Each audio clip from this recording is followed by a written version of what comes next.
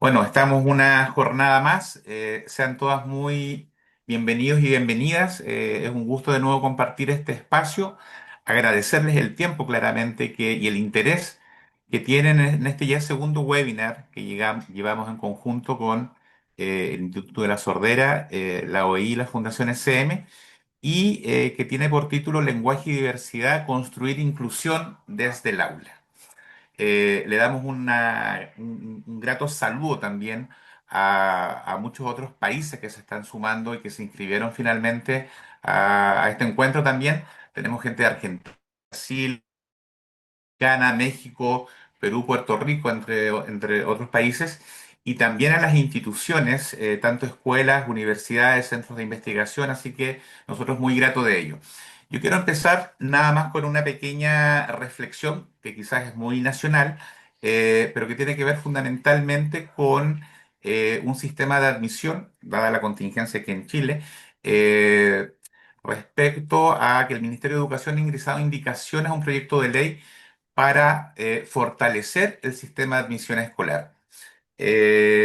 A propósito de un informe de recomendaciones de una mesa técnica que se realiza, hay un punto que explicita y que señala el acceso de estudiantes con necesidades educativas especiales a la educación regular, considerando aún más que en términos de datos la encuesta nacional de discapacidad y dependencia del año 22 considera que el 88% de los estudiantes con discapacidad entre 4 y 17 años forman parte ya del sistema educativo.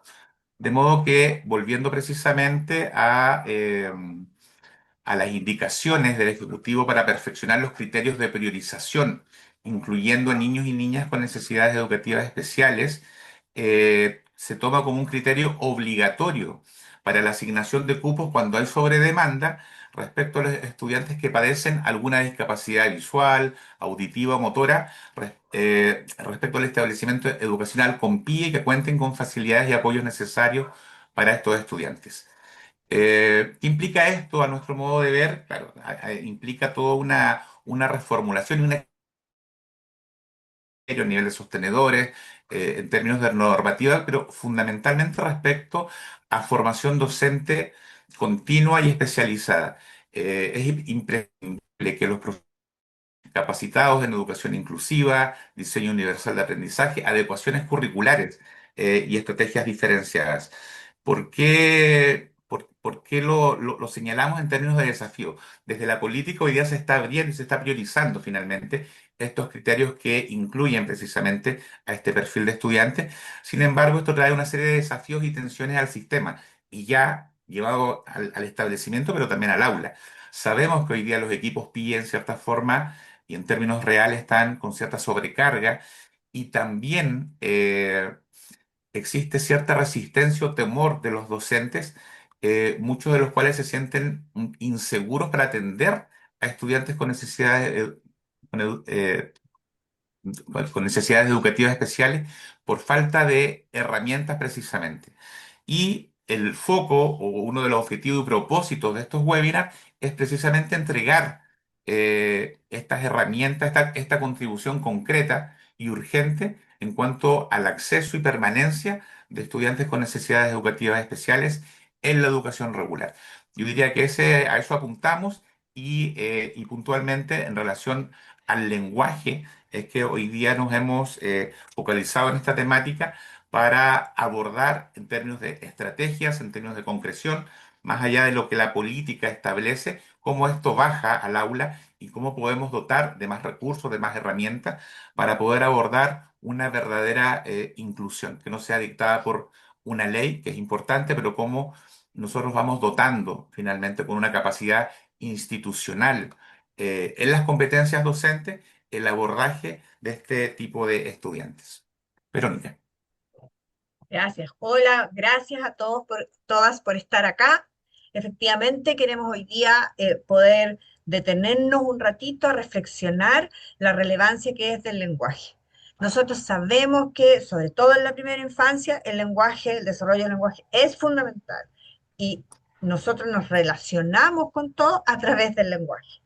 Y creo que nos hace falta detenernos también a pensar lo que implica para cualquier niño o niña la privación lingüística. Esto, además, muchas veces las familias no lo saben, los docentes a lo mejor muchas veces escuchamos mucho, sabemos teóricamente lo relevante que es, pero no nos hemos puesto a pensar mucho cómo es. Y especialmente qué pasa con la privación lingüística en aquellos estudiantes que tienen necesidades educativas especiales. Dentro de este grupo, además, pensar en los chicos que tienen una pérdida auditiva y que no logramos visualizar entonces el rol que juega su lengua para el desarrollo lingüístico. Por eso hoy día hemos querido invitar a una tremenda profesional para que nos pueda ayudar a reflexionar sobre este tema y para que podamos ir también bajando un poquito, como planteaba Rafael, todas cómo las usamos y las implementamos en el aula. Esa es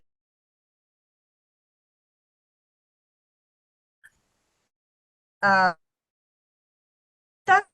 el, y damos un espacio para que nuestra invitada presente el tema y luego después podamos eh, sus preguntas. Eh, Les presento a Fabiola Otárola. Ella es profesora diferencial y doctora en lingüística, investigadora del Centro de Investigación para la Educación Inclusiva de la Pontificia Universidad Católica de Valparaíso. Su trabajo se ha centrado en el estudio del lenguaje como derecho humano, con especial énfasis en la educación de personas sordas y la formación docente para la inclusión. Ha liderado investigaciones sobre políticas lingüísticas, bilingüismo bimodal y prácticas pedagógicas inclusivas en contextos escolares. Desde su rol académico ha contribuido al diseño de estrategias de estimulación del lenguaje y desarrollo comunicativo en estudiantes con necesidades educativas especiales. Fabiola, muy bienvenida y muchas gracias por estar acá. Hola a todos, a todas, un gusto. Muchas gracias Rafael, Verónica y también a Malu por su interpretación que nos va a acompañar hoy día también en este trabajo. Voy a entonces a compartir la pantalla para poder irme guiando con algún apoyo y iniciamos. Agradezco a todos y a todas por estar aquí, poder compartir este espacio de conversación. Voy a intentar plantear algunas ideas, algunos temas que pudieran ser más relevantes. Y luego creo que la parte más interesante es poder saber sus dudas, pero también aquellas prácticas que pudieran ser exitosas. Y que ya están realizando, que muchas veces todos hacemos en aula y que a veces no sistematizamos o a veces creemos que tienen que ver con cuestiones intuitivas, pero generalmente son bastante acertadas para el desarrollo del lenguaje al interior del aula. Entonces, bueno, vamos a comenzar.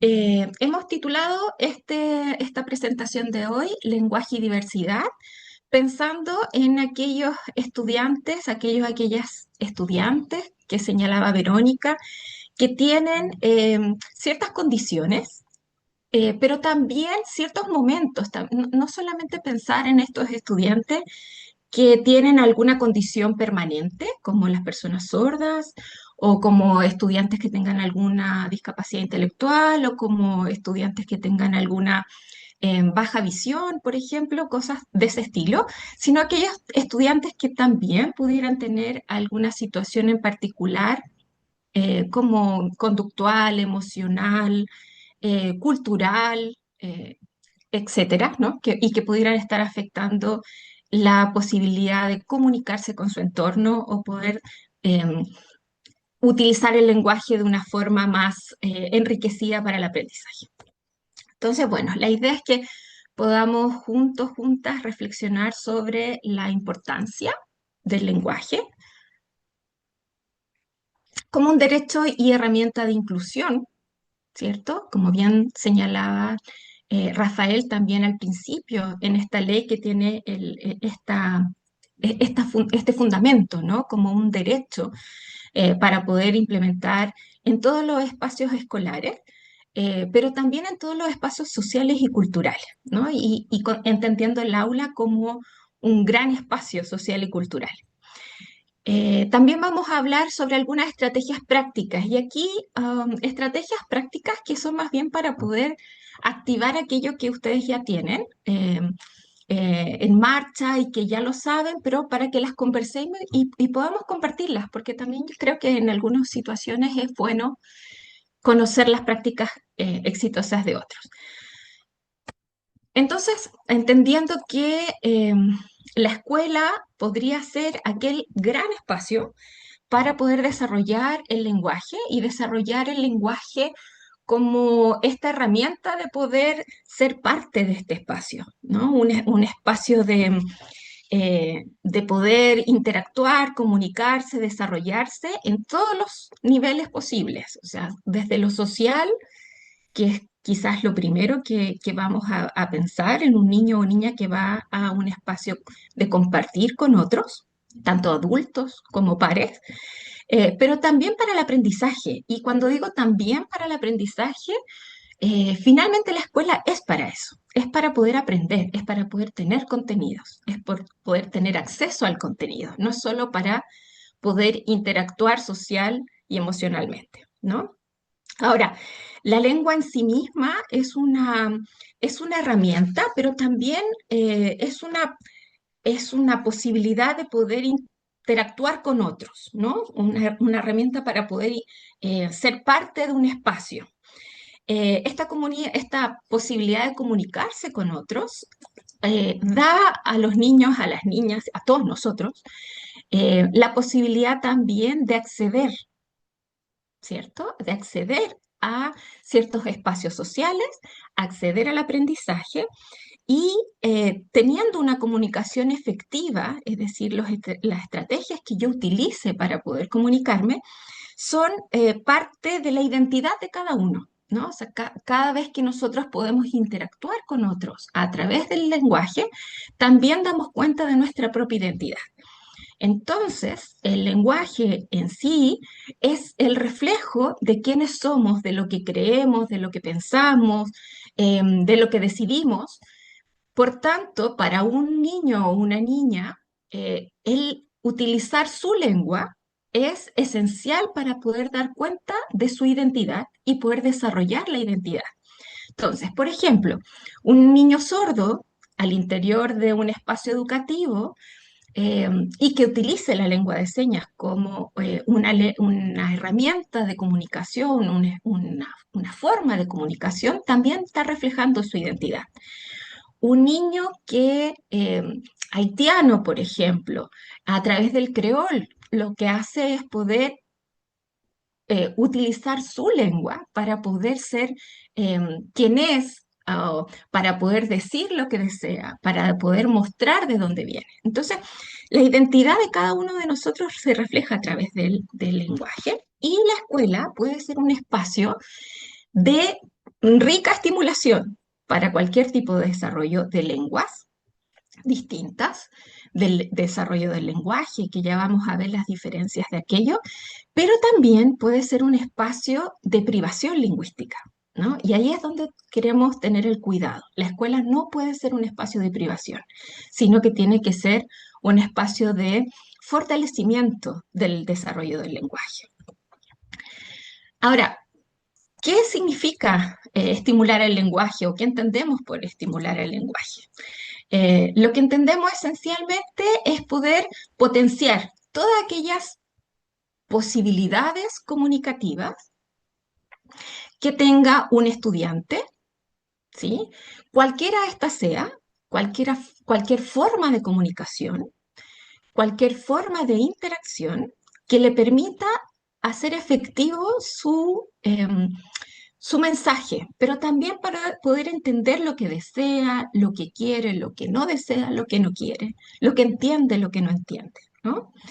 Y no se trata solo de enseñar a hablar, que ese otro concepto que también vamos a poder delimitar, porque enseñar a hablar no significa desarrollar lenguaje, ¿no? No necesariamente.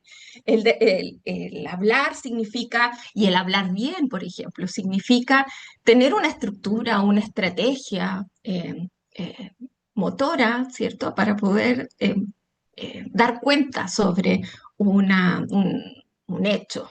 Pero puedo comunicar a través de muchos otros elementos, muchas otras formas.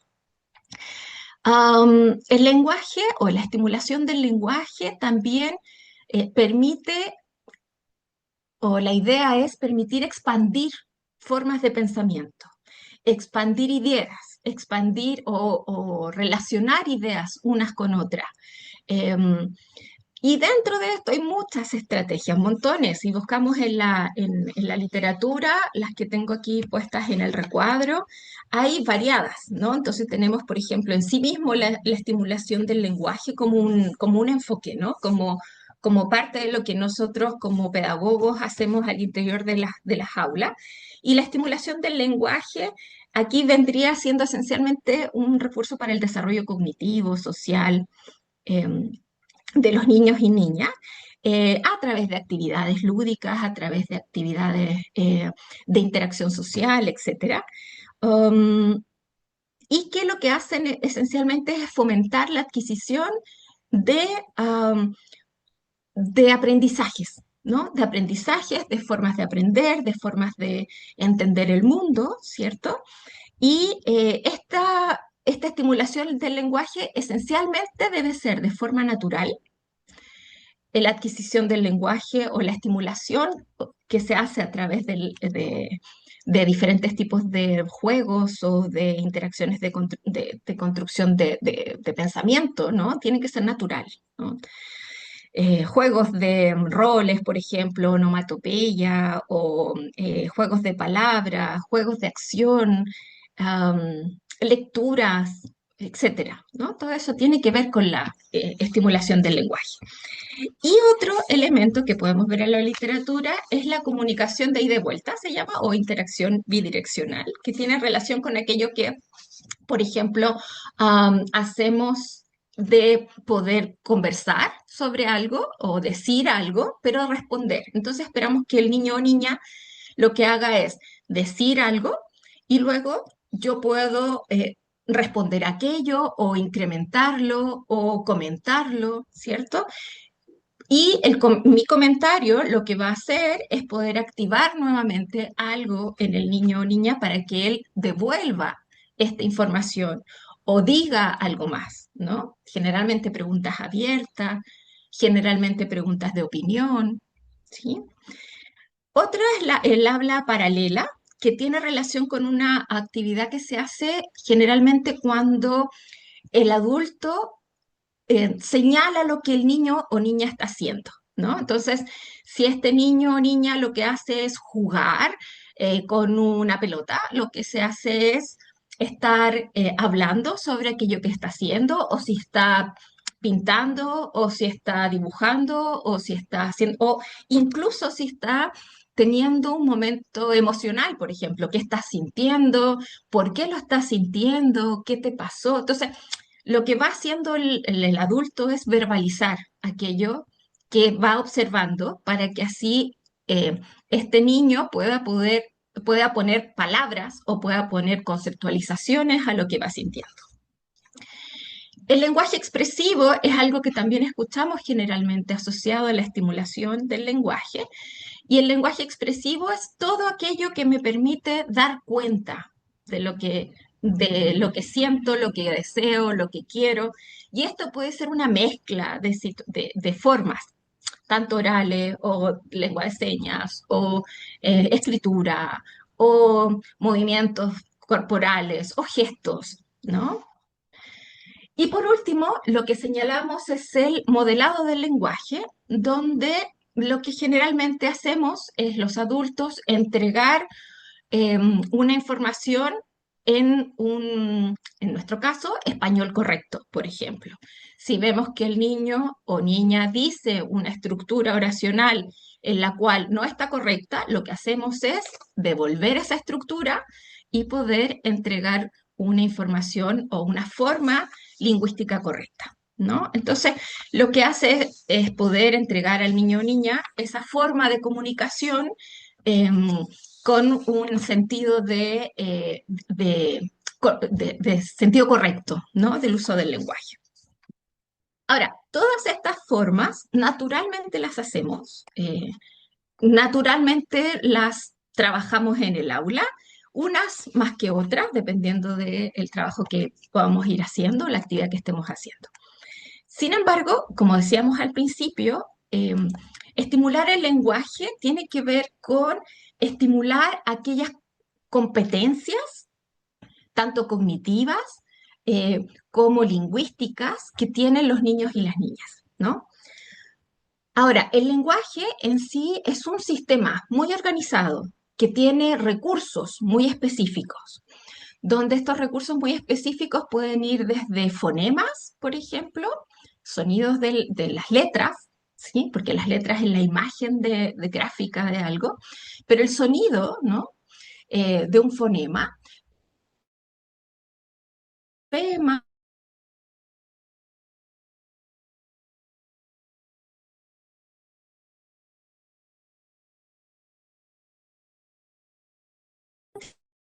duras,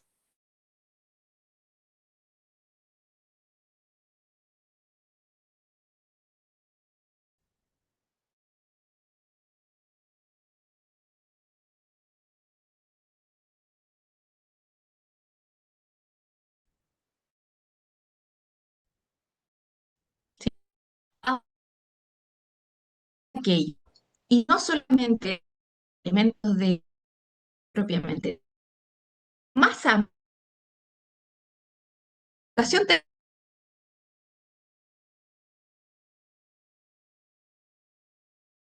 ¿no? Entonces, ampliar.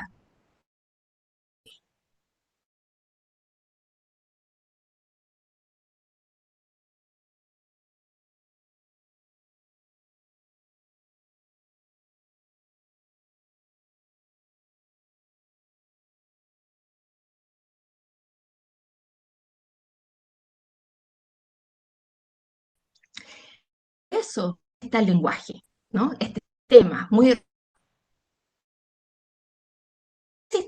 organizado puede ser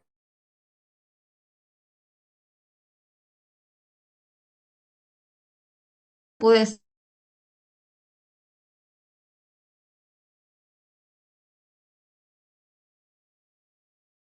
mapuche, el, el español en México,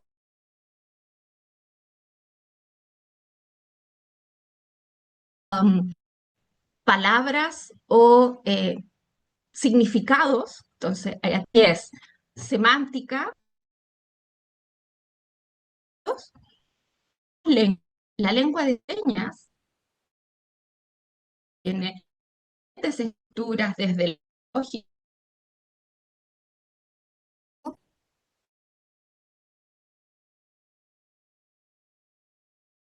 una expresión. Ese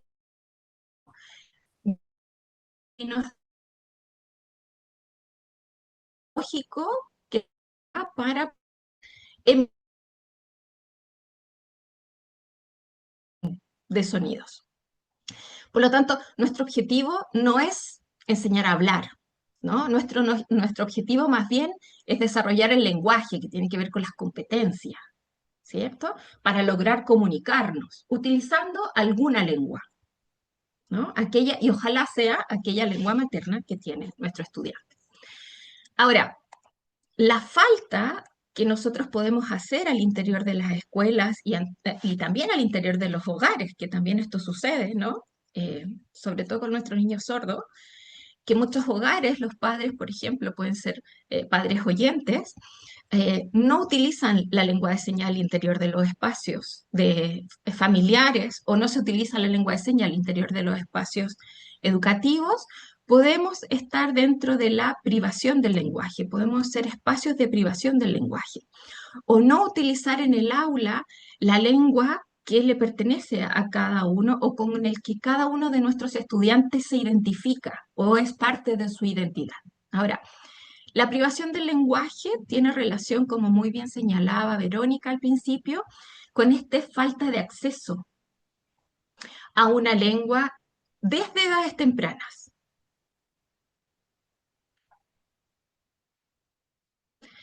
Esto ocurre entonces cuando no hay una interacción significativa a través de un tipo de lengua, ¿no?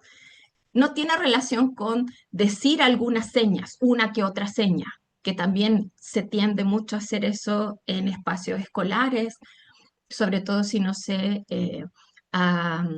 no se aprende, no se sabe la lengua de señas, pues pareciera que solo con hacer una seña o con deletrear o utilizar el dactilológico, por ejemplo, o utilizar solo una palabra en un idioma en el cual no es el propio del espacio educativo, no es significativo para el estudiante, ¿no? No permite desarrollar eficazmente el pensamiento o la comunicación. Ah, privación del lenguaje significaría no reconocer la lengua que tiene mi estudiante. Y no reconocer significa desvalorar, ¿no? No valorar aquello que es propio de su identidad. La no valoración, la privación del lenguaje, tiene como consecuencias muy fuertes el desarrollo cognitivo, lo social y lo emocional.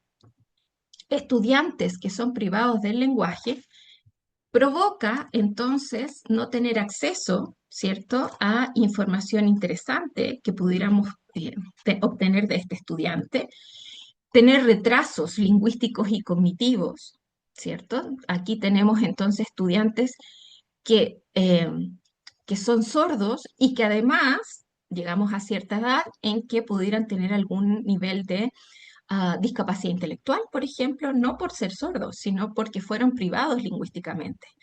O estudiantes que son haitianos y que no aprendieron la lengua, tuvieron que emigrar de su país a un espacio donde se utiliza el español, por ejemplo, y tienen problemas de aprendizaje o tienen dificultades de interacción social, ¿cierto?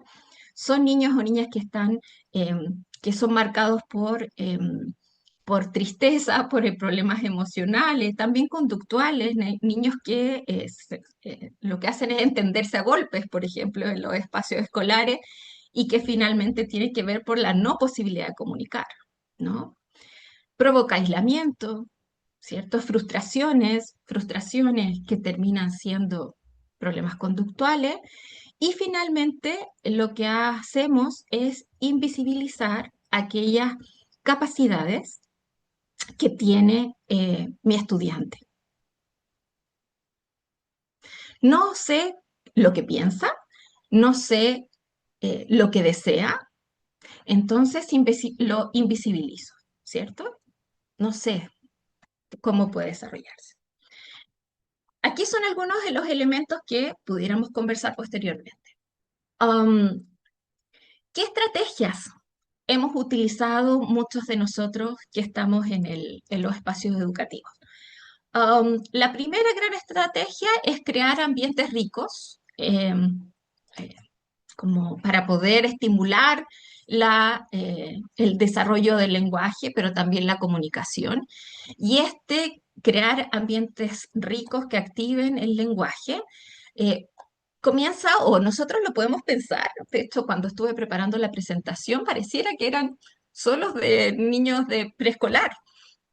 Y pues no, podemos activar en cualquier espacio, ¿no? En cualquier edad, en cualquier espacio educativo de nivel educativo, primaria, secundaria, preescolar, ¿cierto? Podemos, dependiendo de la actividad que hagamos, el cómo lo hagamos, podemos entonces ir nombrando lo que se hace, señalando el nombre de los objetos o señalando lo que se hace, verbalizando las acciones.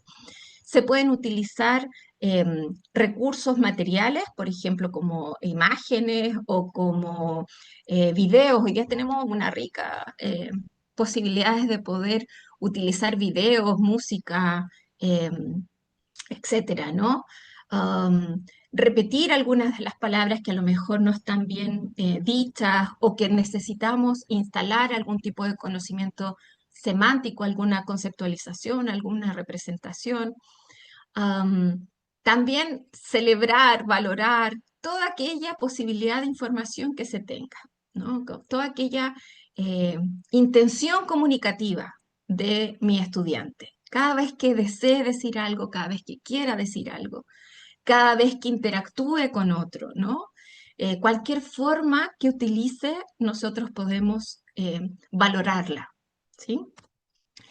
Dar espacio para distintas formas de comunicación sería mi segunda estrategia, ¿no? Dar un espacio para poder comunicar de la forma en cómo el estudiante desee, utilizando el recurso que mi estudiante desee.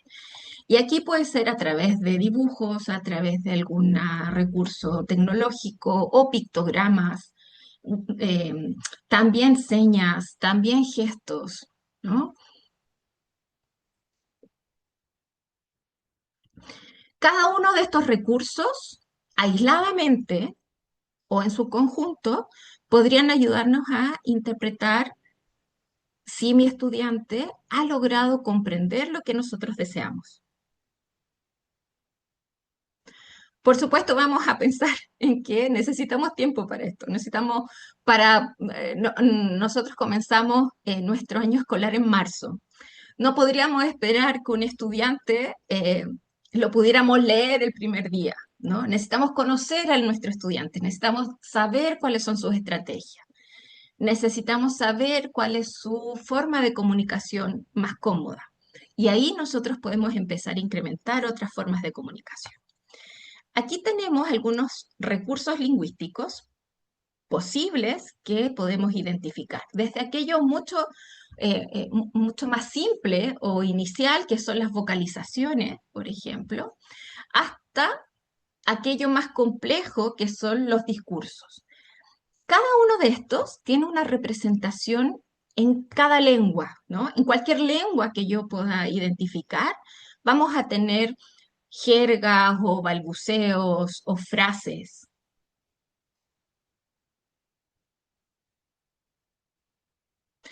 También vamos a tener diferentes tipos de discurso, dependiendo del objetivo que yo quisiera, de objetivo comunicativo que yo quisiera tener. Narrativos, explicativos, argumentativos,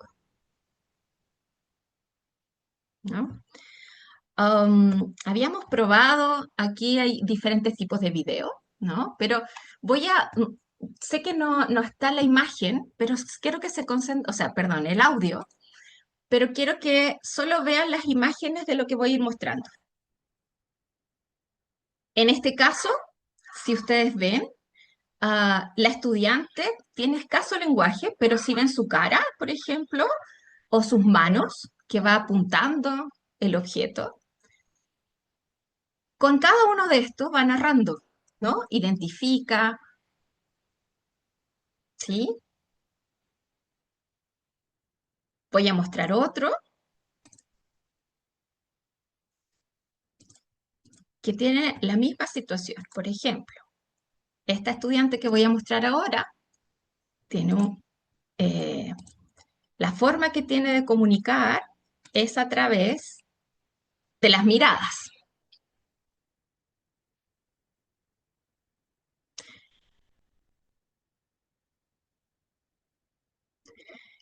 Si vemos, es una estudiante que lo que hace es apoyarse de un libro, ¿cierto? Y a través de su mirada va dando cuenta de la imagen o de la situación que ya está ocurriendo en el texto.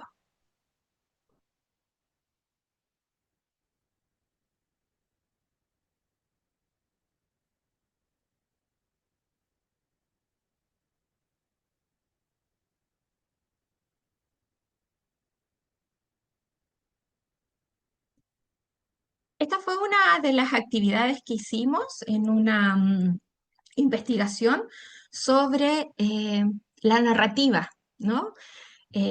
Cómo narrar sin lenguaje. Así se llamaba un poco el proceso de investigación que hicimos. Y descubrimos que hay ciertos patrones, ciertos recursos lingüísticos que utilizan los estudiantes cuando no tienen verbalizaciones, ¿no? Cuando no hay habla, que es a lo que nos referíamos. Pero existen otras estrategias, como miradas, como sonidos, vocalizaciones, expresiones corporales, gestos, señas, que me pueden dar cuenta de la comprensión o la utilización de estos recursos para poder enviar un mensaje. Y son tan valiosos como cualquier otro elemento verbal también, ¿no? Ricos para poder comprender lo que se está enseñando. Una tercera estrategia sería promover la intención comunicativa, por tanto, a través de diferentes tipos de estrategias o actividades al interior del aula. Y aquí nosotros hacemos muchas, ¿no? Seguro ustedes hacen juegos de roles, conversaciones guiadas, donde lo que se busca es entregar estas estructuras a los estudiantes, asambleas en estudiantes que son mayores, ¿no? Donde puedan dar cuenta de organizaciones escolares, entregar preguntas abiertas donde la respuesta no es solo sí o no,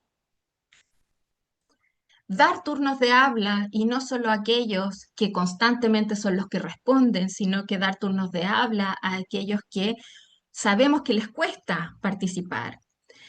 Y sobre todo, ayudarnos de actividades colaborativas donde sabemos que hay estos estudiantes que son de alguna forma puentes de comunicación entre grupos de estudiantes donde no hay tanta participación, ¿no?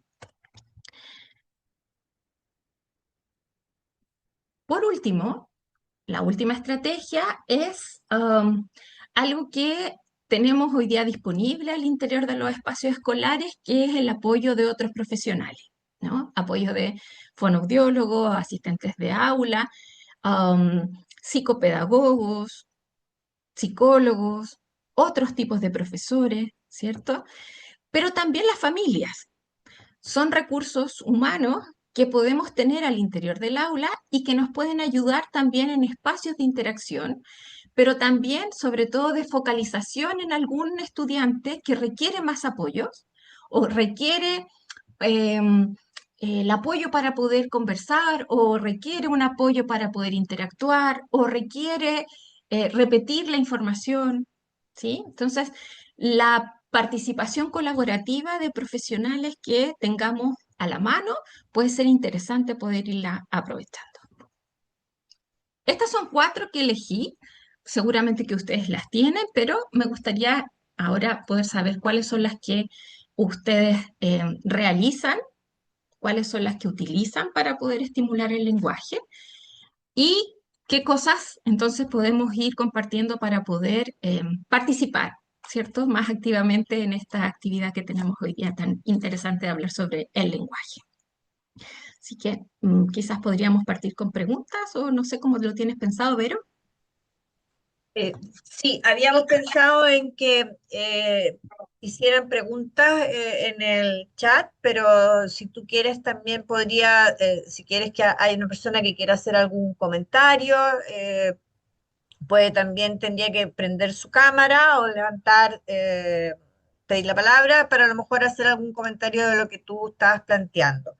Sé que hay Ujú. varias personas que en el chat que están solicitando si es posible compartir el PPT. Pregunta si tienes algunos artículos científicos o en PDF que puedas compartir y con quienes estamos hoy día acá. A lo mejor podemos partir por ahí. Sí, sí, por supuesto. A lo mejor podemos dejar para la organización el PDF, o sea, sí, la presentación que tenemos de hoy, ¿no? Para poder ponerla a disposición en la página web o lo que necesiten, y Ujú. ahí asociarlo con algún tipo de documento, ¿no? Sobre todo, por ejemplo, hicimos varios de esta actividad que les mostraba en torno a narrar sin lenguaje, que tiene varias estrategias, pero también tiene varios recursos lingüísticos. Era en torno a una actividad narrativa que hacíamos con diferentes grupos. Aquí trabajamos en esa investigación con niños con discapacidad intelectual, pero también niños con trastorno específico del lenguaje, con niños con algún problema conductual y veíamos las diferencias que habían de recursos, por ejemplo. Era bastante interesante porque sacamos algunas estructuras ahí que pudieran ayudarnos en las salas de clase. Sí. Y creo también, Fabiola, me parece súper interesante lo que planteabas tú en torno la consecuencia que le trae a los niños y a las niñas lo que es la privación lingüística, Mm, que como planteábamos muchas veces no tenemos como esa conciencia tan a flor de piel. mm, Y esto en cualquier niño que tiene, bueno, para cualquier niño o niña, pero más aún para nuestros chicos que tienen necesidades educativas especiales. Y muchas veces uno como docente también, como no ha recibido la preparación, tiene muchos sustos de saber qué hacer con ellos, qué hacer con un chico que tiene TEA y no tiene lenguaje, o sea, mm, o el chico que tiene esta discapacidad cognitiva o el chico sordo, etcétera. mm, Entonces, a lo mejor, por un lado, cómo atrevernos, eh, o sea, que tenemos que nosotros eliminar la barrera de la falta de comunicación porque depende de nosotros los docentes. Entonces, a lo mejor mm. si te puedes referir un poco a eso. Y Sí, luego hay una pregunta que, espérense, aquí está. ¿Cuál es la mejor forma, pregunta Ciro, la mejor forma de hacer entender un texto a un estudiante con necesidades educativas especiales? Entonces, podríamos a lo mejor partir con esas dos consultas. ya. Entonces, la primera sería la de privación lingüística y la Ujú. segunda sobre cómo poder acceder a los textos, ¿Cómo ¿no? entender un texto? Sí, Ok, exactamente. ya. Respecto a la privación lingüística, señalaba que los espacios educativos también pueden ser espacios de privación del lenguaje, ¿no?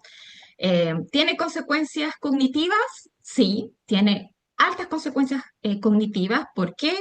Porque provoca dificultades en, por ejemplo, la resolución de problemas, funcionamiento ejecutivo, habilidades lingüísticas limitadas podrían dificultar entonces aquellas tareas académicas, pero también aquellas tareas cotidianas que podamos tener, ¿no?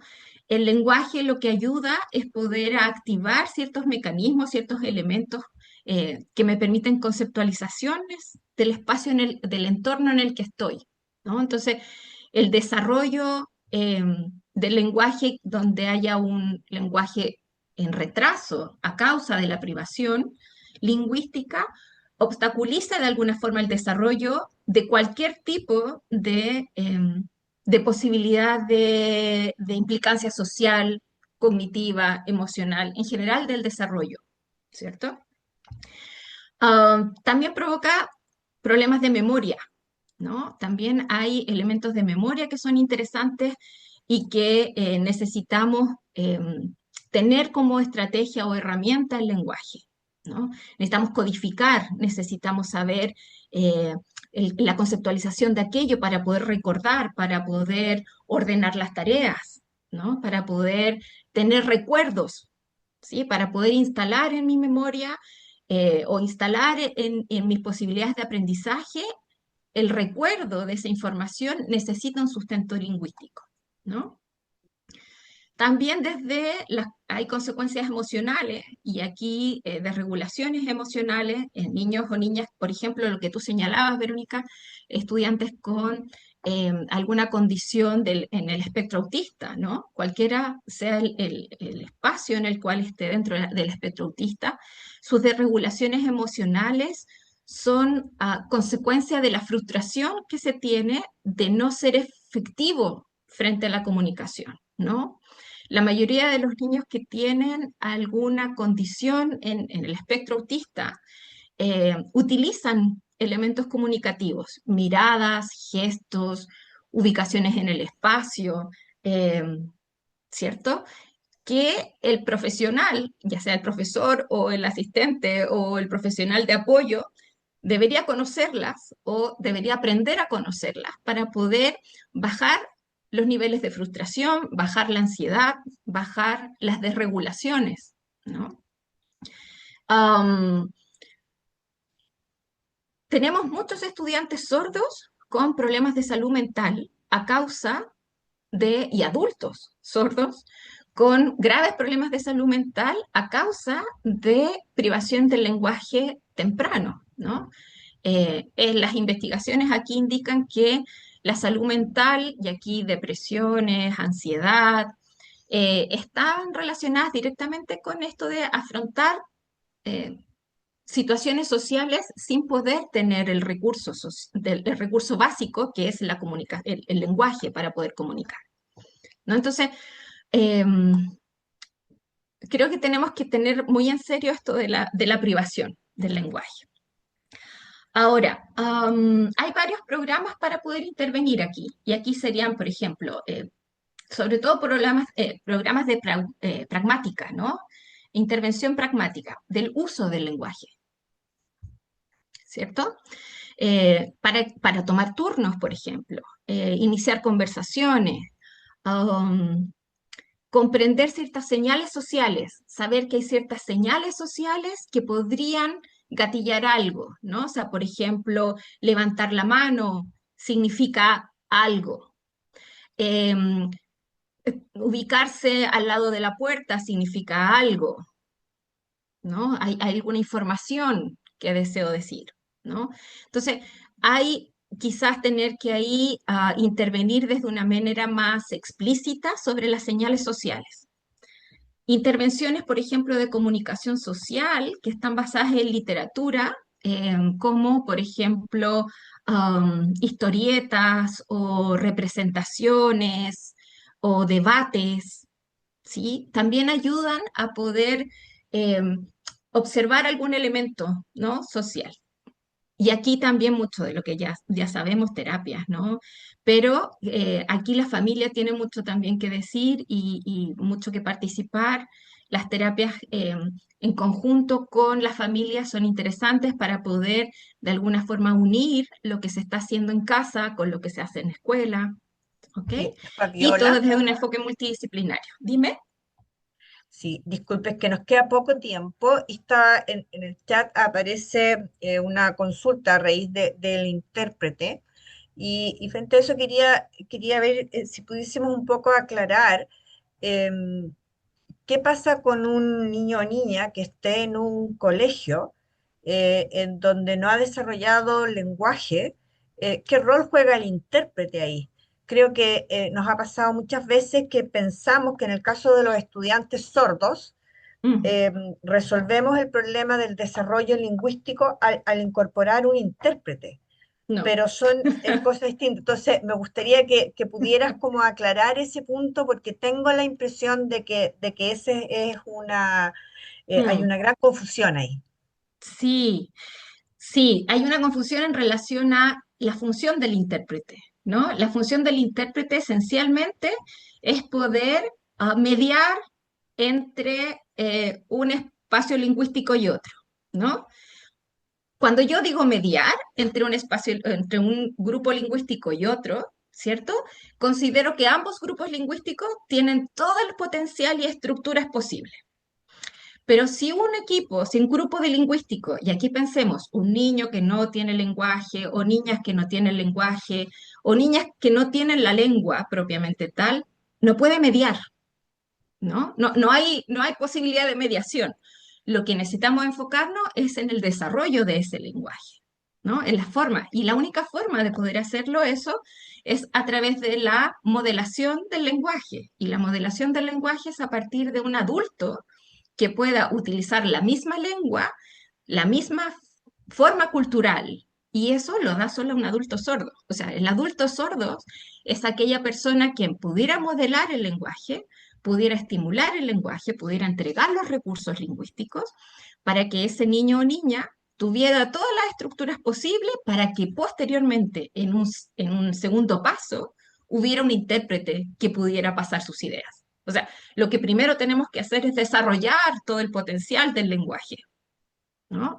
nadie nos puede interpretar si no tenemos estructuras, ¿no? No pueden interpretar algo que no sabemos cómo decirlo, ¿no? Entonces, la única forma aquí sería una persona sorda adulto sordo que pudiera entregar esos elementos. Entonces, y aquí una gran dificultad, muchas veces los intérpretes al interior de los espacios educativos también provocan privación del lenguaje.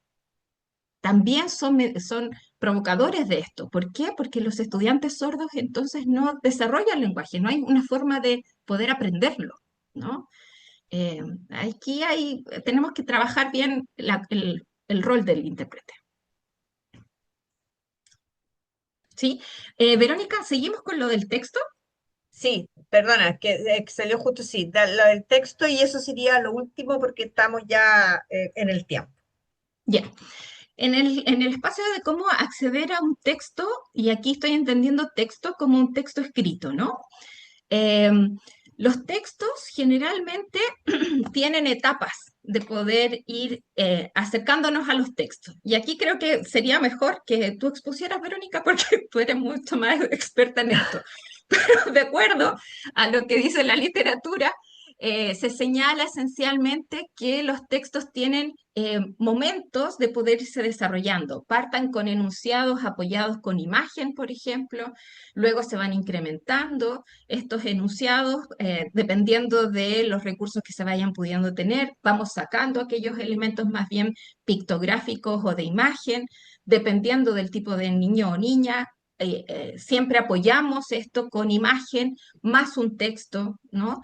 Los textos generalmente están apoyados con la lengua, es decir, por ejemplo, un estudiante haitiano y que utiliza una lengua posible de poder manifestar, podría tener las dos lenguas, ¿no? Poder tener el español y el creol, por ejemplo, o poder tener la lengua de señas como apoyo para una persona sorda y poder acceder a la escritura o a la lectura de un texto. Generalmente aquí el bilingüismo es muy importante y poder hacer hincapié en este desarrollo de los procesos. No sé si algo más tú dirías, Vero, porque tú eres mucho más experta en esta parte. No, no, no, yo creo, o sea, el tema de las narraciones pensando en textos escritos es un tremendo tema, creo que pudiste dar absolutamente lo básico y yo creo que puedo unir eh, eh, un poco los comentarios que han estado saliendo en relación a que o sea, que hay muchos temas en realidad. ¿Qué rol juega el intérprete si no ha desarrollado el lenguaje? ¿Qué rol juega el coeducador? ¿Quién paga el coeducador? ¿Cómo llegamos a eso? Creo que es importante pensar en que si un proyecto educativo que quiere incluir a niños o niñas con necesidades educativas especiales, entonces tiene que hacer un esfuerzo para adecuar la forma de llegar a ese estudiante de acuerdo a lenguaje que desarrolle. Y en esto estoy pensando en cualquiera, no solo estoy pensando en los sordos. Tú hablaste mucho de los haitianos, o sea, donde sea, si no elimino esa barrera lingüística, el proceso de aprendizaje no ocurre. Y le hacemos un tremendo daño a ese estudiante. Entonces creo que primero entender eso, o sea, si quiero incluir, en el caso del sordo, necesito un coeducador sordo que además tenga un desarrollo lingüístico relevante. Y quiero darte la última pregunta, Fabiola, para poder cerrar. Les agradezco a todas sus preguntas, pero una persona, tú hablaste de un bilingüismo y a una persona le gustaría que por favor le aclararas qué es el bilingüismo. El bilingüismo tiene relación con el uso de dos lenguas, ¿no? Un estudiante bilingüe es lo que todos queremos. Un estudiante bilingüe es ojalá aquel estudiante que pudiera ser usuario o conocedor de dos lenguas distintas. Por ejemplo, un estudiante sordo que pudiera utilizar el español escrito, ¿no? Y pudiera comunicarse a través del español escrito, esa es una lengua. Su lengua de señas sería otra lengua. ¿No? El uso de la lengua de señas y ser hábil en lengua de señas son dos lenguas. ¿Por qué son dos lenguas? Porque son recuerden que esto proviene de dos estructuras distintas, dos elementos distintos, de recursos lingüísticos distintos, por lo tanto son dos estructuras lingüísticas diferentes. El bilingüismo lo que hace es poder utilizar ambas, ¿no? Dependiendo del contexto en el que se encuentre, poder comunicarse eficientemente en una de las dos lenguas. Si estoy con un adulto sordo que también utiliza la lengua de señas, pues el niño sordo utiliza la lengua de señas. Si necesito utilizar la lectura y la escritura, voy y utilizo la escritura como una forma de comunicación. Ahora, el bilingüismo no siempre tiene que ser hábil en ambas lenguas. Nosotros podemos saber inglés, por ejemplo, pero nuestro inglés puede ser a veces mejor, a veces no tan bueno. No necesariamente tienen que ser ambos en un mismo nivel. El bilingüismo se va desarrollando por niveles. Una persona sorda es bilingüe en sí mismo, o deseamos que sea bilingüe en sí mismo, porque tiene, en nuestro caso, el español en su versión escrita y la lengua de señas como su lengua base o su lengua que le permite desarrollar otras competencias. Súper, estamos en la hora. Darte las gracias, Fabiola, Nada, feliz. por todos tus aportes, por esta reflexión. Vamos a compartir con las personas que se inscribieron la presentación que nos entregó Fabiola, ¿ya? Y creo que es importante que cada uno de nosotros podamos tomar estos elementos y llevarlos a nuestra práctica educativa y de ver entonces cómo favorecemos este desarrollo lingüístico a través de la estimulación. Eh, Contarles, antes de darle la palabra a Rafael, que tenemos que nuestro tercer sesión o webinar es para el 10 de julio. Eh, Tenemos también un tremendo invitado para hablar sobre el tema de la salud mental, que hoy en día está muy presente y que tenemos que también tener incorporado en nuestras aulas. Rafael. Sí, yo nada más quería agradecer la generosidad de Fabiola. Creo que fue absolutamente relevante, concreta. Tal vez nos quedamos con un tiempo muy limitado para todo lo que presentó. Y a propósito de todas las dudas, nosotros vamos a compartir tanto la grabación como también la presentación que nos va a compartir Fabiola a todos aquellos inscritos a sus casillas de los correos. Así que queden muy atentos ahí. Y también en relación a una pregunta, nosotros también vamos a compartir un certificado de asistencia a este webinar, de modo que también sea reconocido el tiempo en el cual ustedes le dedican a estas temáticas y reiterar la invitación para el 10 de junio, nuestro próximo y tercer webinar respecto a la temática de salud mental. Que 10 muchísimas de gracias. julio, perdona, 10 de perdona, julio, 10 10 de de julio, julio. sí, sí. Siempre me enredo. Así que nuevamente agradecer también muchísimo la también generosidad de Malú, la calidad de su interpretación y espero vernos ya en julio eh, junto a todos y ojalá se sumen más personas y quedamos siempre muy atentos a los comentarios que ustedes puedan hacer o desde el chat o también plantear dudas, requerimientos al mismo correo en el cual nosotros les vamos a hacer llegar tanto la grabación de este webinar como el material comprometido. Así que muchas gracias. Ok, hasta la próxima, que estén muy bien. Adiós, chao, chao.